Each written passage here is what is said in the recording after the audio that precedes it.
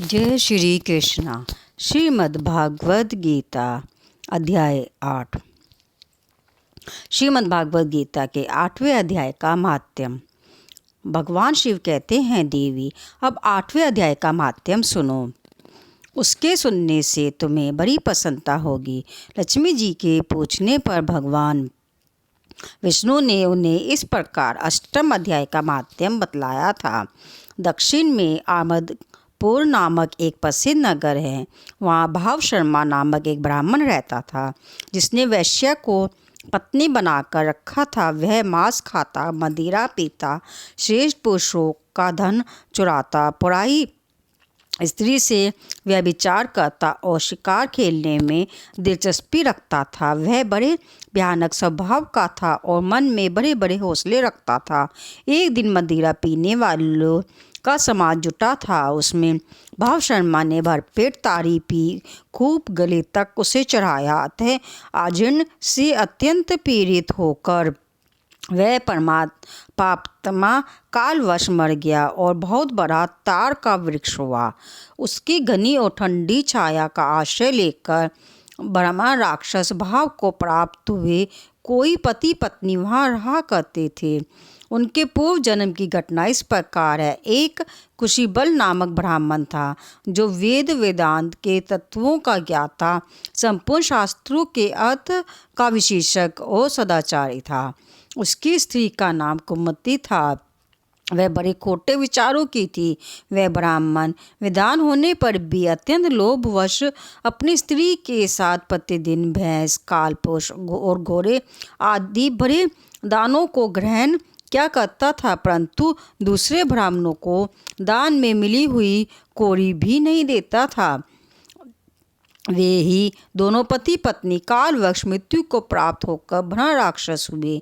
वे भूख और प्यास से पीड़ित हो इस पृथ्वी पर घूमते हुए उसी तार वृक्ष के पास आए और उसके मूल भाग में विश्राम करने लगे।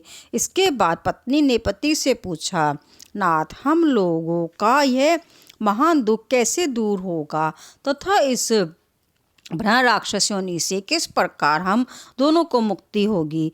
तब उस ब्राह्मण ने कहा, ब्रह्म विद्या के उपदेश, अध्यात्म तत्व के विचार और कर्म विधि के ज्ञान बिना किस प्रकार संकट से छुटकारा मिल सकता है। यह सुनकर पत्नी ने पूछा कि तत्व ब्रह्म किम माध्यम कि कर्म पुरुषोत्तम वह ब्रह्म क्या है, अध्यात्म क्या है और कर्म कौन सा है। उसकी पत्नी के इतने कहते ही जो आश्चर्य की घटना घटित हुई उसको सुनो। उपयुक्त वाक्य गीता के 8वें अध्याय का आधा श्लोक था। उसके श्रवण से वह वृक्ष उस समय तार के रूप को त्याग कर भाव शर्मा नामक ब्राह्मण हो गया। तत्काल ज्ञान होने से विशुद्ध चित्त होकर वह पाप की चोली से मुक्त हो गया तथा उस आधे श्लोक के ही माध्यम से वे पति पत्नी भी मुक्त हो गए। उनके मुख से देवात ही 8वें अध्याय का आधा श्लोक निकल पड़ा था। तत्वंतर आकाश से एक दिव्य विमान आया और वे दोनों पति पत्नी उस विमान पर आरूढ़ होकर स्वर्गलोक को चले गए। वहाँ का यह सारा वृत्तांत अत्यंत आश्चर्यजनक था। उसके बाद उस बुद्धिमान ब्राह्मण भाव शर्मा ने आदरपूर्वक उस आधे श्लोक को लिखा और देव जनार्दन की आराधना करने की इच्छा से वह मुक्तिदायिनी काशीपुरी में चला गया। वहाँ उस उदार बुद्धि वाले ब्राह्मण ने भारी तपस्या आरंभ की। उसी समय क्षीर सागर की कन्या भगवती लक्ष्मी ने हाथ जोड़कर देवताओं के भी देवता जगतपति जनार्दन से पूछा, नाथ, आप सहसा नींद त्याग कर खड़े क्यों हो गए। श्री भगवान बोले, देवी, काशीपुरी में भगीरथी के तट पर बुद्धिमान ब्राह्मण भाव शर्मा मेरी भक्ति से परिपूर्ण होकर अत्यंत कठोर तपस्या कर रहा है। वे अपनी इंद्रियों को वश में करके गीता के 8वें अध्याय के आधे श्लोक का जाप करता है। मैं उसकी तपस्या से बहुत संतुष्ट हूँ। बहुत देर से उसकी तपस्या के अनुरूप फल का विचार कर रहा था। प्रिय, इस समय वह फल देने को मैं उत्कंठित हूँ। पार्वती जी ने पूछा, भगवान, श्री हरि सदा प्रसन्न होने पर भी जिसके लिए चिंतित हो उठे थे, उस भगवत भाव शर्मा ने कौन सा फल प्राप्त किया? श्री महादेव बोले, देवी द्विज श्रेष्ठ भाव शर्मा प्रसन्न हुए, भगवान विष्णु के प्रसाद को पाकर अत्यंतिक सुख मोक्ष को प्राप्त हुआ तथा उसके अन्य वंशज भी जो नरक यातना में पड़े थे, उसी के शुद्ध कर्म से भगवद द्वार को प्राप्त हुए। पार्वती, यह 8वें अध्याय का महात्म्य थोड़ी में ही तुम्हें बताया है, इस पर सदा विचार करते रहना चाहिए। बोलो जय श्री कृष्ण। श्रीमद् भागवत गीता का 8वां अध्याय। इस प्रकार भगवान के वचनों को न समझकर अर्जुन बोले, हे पुरुषोत्तम, जिसका आपने वर्णन किया वह भ्रम क्या है, अध्यात्म क्या है, कर्म क्या है और अधिभूत नाम से क्या कहा गया है, अधिदेव नाम से क्या कहा जाता है? हे मधुसूदन, यहाँ अधियज्ञ कौन है और वह इस शरीर में कैसे है, और युक्त चित्त वाले पुरुषों द्वारा अंत समय में आप किस प्रकार जानने में आते हैं?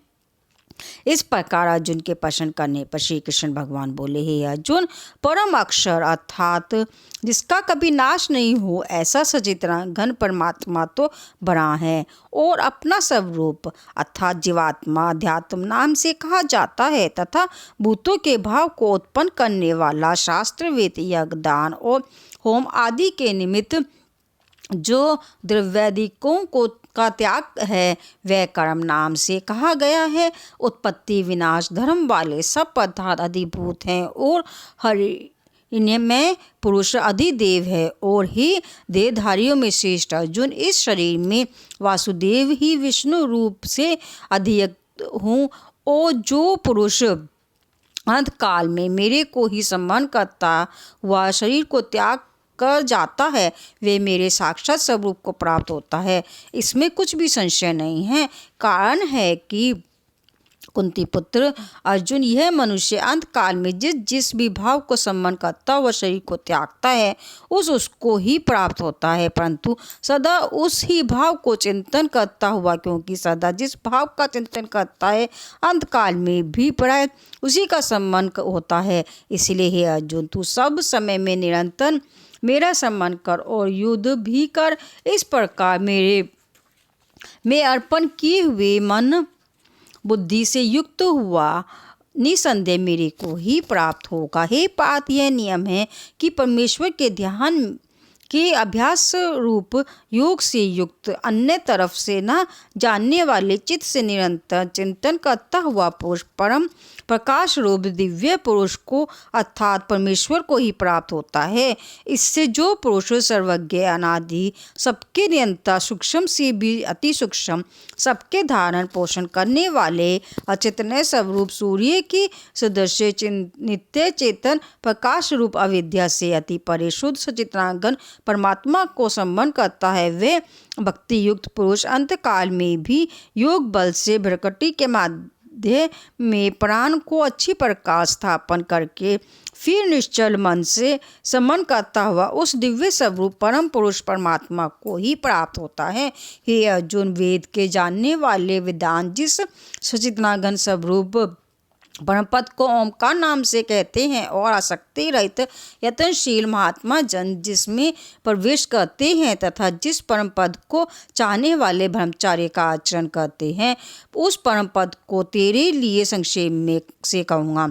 हे अर्जुन, सब इंद्रियों के द्वारों को रोक कर अर्थात इंद्रियों को विषय से हटाकर तथा मन को हृदय में स्थिर करके और अपने प्राण को मस्तक में स्थापन करके योग धारणा में स्थित हुआ जो पुरुष ओम ऐसे इस एक अक्षर रूप ब्रह्म को उच्चारण करता हुआ और उसके अस्वरूप को मेरे को चिंतन करता हुआ शरीर को त्याग कर जाता है, वह पुरुष परम गति को प्राप्त होता है। हे अर्जुन, जो पुरुष मेरे में अनन्य चित्त से स्थित हुआ सदा ही निरंतर मेरे को सम्मान करता है, उस निरंतर मेरे में युक्त हुए योगी के लिए मैं सुलभ हूँ अर्थात सहज ही प्राप्त हो जाता हूँ। वे परम सिद्धि को प्राप्त हुए महात्मा जन मेरे को प्राप्त होकर दुख के स्थान रूप षड्भंडु पूर्व जन्म को नहीं प्राप्त होते हैं, क्योंकि हे अर्जुन, ब्रह्म लोक से लेकर सब लोग पुनरावृत्ति स्वभाव वाले अर्थात जिनको प्राप्त होकर पीछा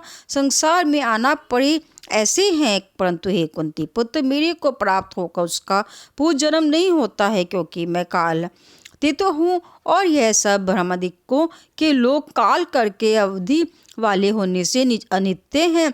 हे अर्जुन, ब्रह्मा का जो एक दिन है उसको 1000 चौकड़ी युग तक अवधि वाला और रात्रि को भी 1000 चौकड़ी युग तक अवधि वाली जो पुरुष तत्व से जानते हैं अर्थात काल करके अवधि वाला होने से ब्रह्म लोक को भी अनित्य जानते हैं, वे योगी जन काल के तत्व को जानने वाले हैं। इसीलिए वे यह भी जानते हैं कि संपूर्ण दृश्य मात्र भूत गण ब्रह्म के दिन के प्रवेश काल में अव्यक्त से अर्थात ब्रह्म के सूक्ष्म शरीर से उत्पन्न होते हैं और ब्रह्म की रात्रि के प्रवेश काल में उस अव्यक्त नामक ब्रह्म के सूक्ष्म शरीर में ही लय हो जाते हैं।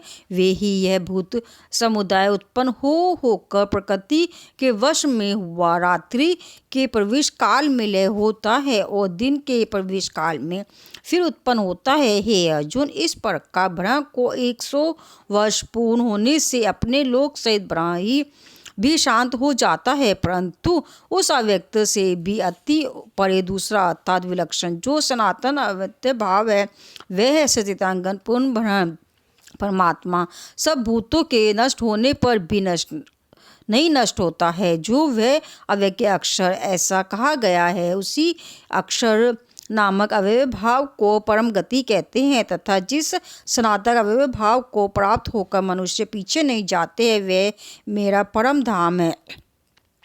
और हे पार्थ, जिस परमात्मा के अंतर्गत सर्वभूत हैं और जिस सच्चिदानंद परमात्मा से यह सब जगत परिपूर्ण है वह सनातन अव्यय परम पुरुष अनन्य भक्ति से प्राप्त होने वाला है। और हे अर्जुन, जिस काल में शरीर त्याग कर गए हुए योगी जन पीछा न आने वाली गति को और पीछा आने वाली गति को भी प्राप्त होते हैं, उस काल को अर्थात मार्ग को कहूँगा।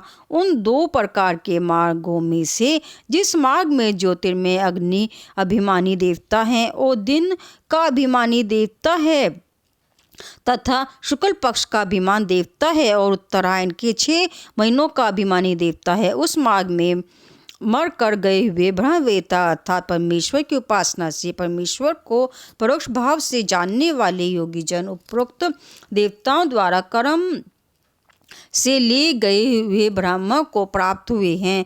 जिस मार्ग में धूमाधिमानी देवता है और रात्रि अभिमानी देवता है तथा कृष्ण पक्ष का अभिमानी देवता है और दक्षिणायन के 6 महीनों का अभिमानी देवता है, उस मार्ग में मरकर गया हुआ सकाम कर्मयोग भी उपरोक्त देवताओं द्वारा कर्म से ले गया हुआ चंद्रमा की ज्योति को प्राप्त होकर स्वर्ग में अपने शुभ कर्मों का फल भोगकर पीछा जाता है। क्योंकि जगत के ये 2 प्रकार के शंख शुक्ल और कृष्ण अर्थात देवयान और प्रत्यायन मार्ग सनातन माने गए हैं। इनमें एक के द्वारा गया हुआ पीछा न आने वाली परम गति को प्राप्त होता है और दूसरा द्वारा गया हुआ पीछा आता है अर्थात जन्म मृत्यु को प्राप्त होता है।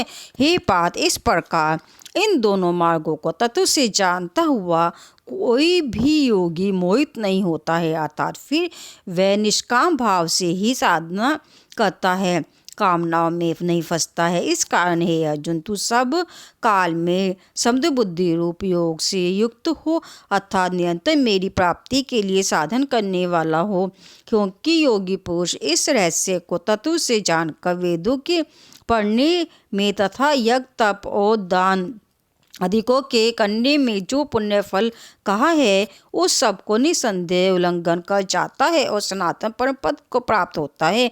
इति श्रीमद् भागवत रूपी उपनिषद एवं परम विद्या तथा योग शास्त्र विषयक श्री कृष्ण और अर्जुन के संवाद में अक्षर ब्रह्म योग नामक 8वां अध्याय श्रीमद् भागवत गीता का 8वां अध्याय समाप्त। बोलो जय श्री कृष्ण।